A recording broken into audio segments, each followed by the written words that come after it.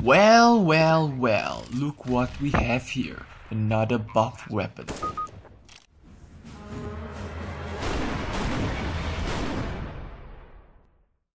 It was revealed during the TNCT exhibition that Nexon has already planned to release a new buff weapon. We have already got the juicy bits of the coming studio mode, which is highly likely to follow after CSO sees a user interface revamp, which stayed the same for like umpteen years since its release. By today's standards, the whole layout looks kinda boring, baffling and bland if you're a newcomer, and I have to admit that even other MFO FPS lobbies look miles better than this 10-year-old design. I mean, come on, even CSNZ could throw in color text for different game modes, and that's a slight improvement over Counter-Strike Online's whitish fetish, but still, the game's gonna be more user-friendly, especially once Studio becomes a potential huge game changer. For those who don't really have any clue what Studio Mode is, Studio is a sandbox game mode that allows players to construct buildings, spawn enemies and weapons, and create their own game scenarios.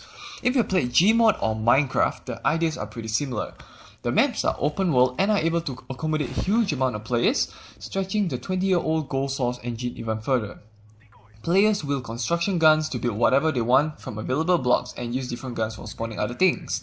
The number of blocks per player and the types offered are currently unknown, and charging them for extras might be a possibility. Although the preview has been impressive, how progresses in-game are kept or not have not been revealed so far. Like whatever the player builds could be safe and protected in the event some trolls decide to pass by and destroy stuffs. Overall, Studio's something pretty promising and a bold move attempted before by the company, besides boldly throwing cash grabbers that are bold enough to steal from our wallets over the years. Nexon or Donson. Now, the whole game has already gone even wackier after the release of Desperados. From the videos I watched, and what the fuck? The animations look like someone's gotten a seizure or something. Perhaps Nexon ran out of ideas to animate and decided to, get someone with muscle spasms to innovate them. Here, show us how to animate these revolvers. And the guy goes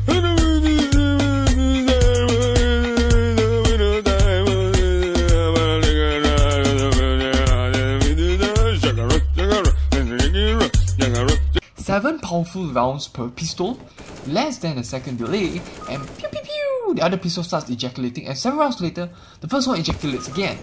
And I thought the Dark Knight had the quickest reload time among them all, but the Desperados hardly have any delay between firing and reloading. Did Nexon add some extra hands behind the player's back to speed up the process? This is seriously insane and totally game breaking. I can imagine how OP this thing is going to be in every single mode, be it zombie or original. But thankfully, after quitting this game, I'm no more exposed to the cancer CSO has spread. Back to the upcoming buff. What I could make out from that statement above is that the AUG is to have some strong special function, which is mainly focused on the secondary mode. While I won't rule out the possibility of a special primary fire function, the secondary mode is going to be the selling point. I had some discussion with Red a few days ago, and we had a guess that it would be similar to a lycanthrope reskin kind of thing.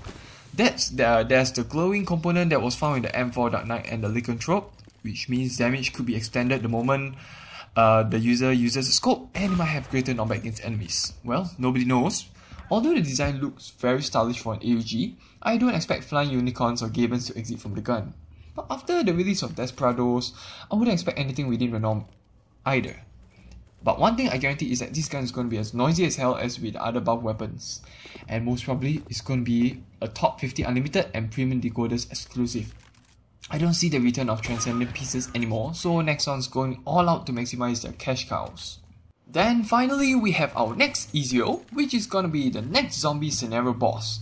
The screenshot speaks 1,000 words here, so unlike those other cyborgs or zombies, this villain will be using her standard firearms like Uzis, daggers, chain sickle, and high explosive grenades.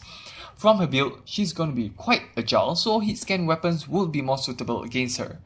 And being related to Kronos, the company that was used to fund Dr. Rex's Super Soldier project, this also marks the final chapter of Season 6, and her death might or might not reveal another season. After all, Zombie Scenario has been a highly popular game mode, and the storyline can't be left hanging, so chances are we might see a Season 7 in the works, and different masterminds. So, what are your opinions on these updates? Let me know in the comments below, and I'll see you all in the next video.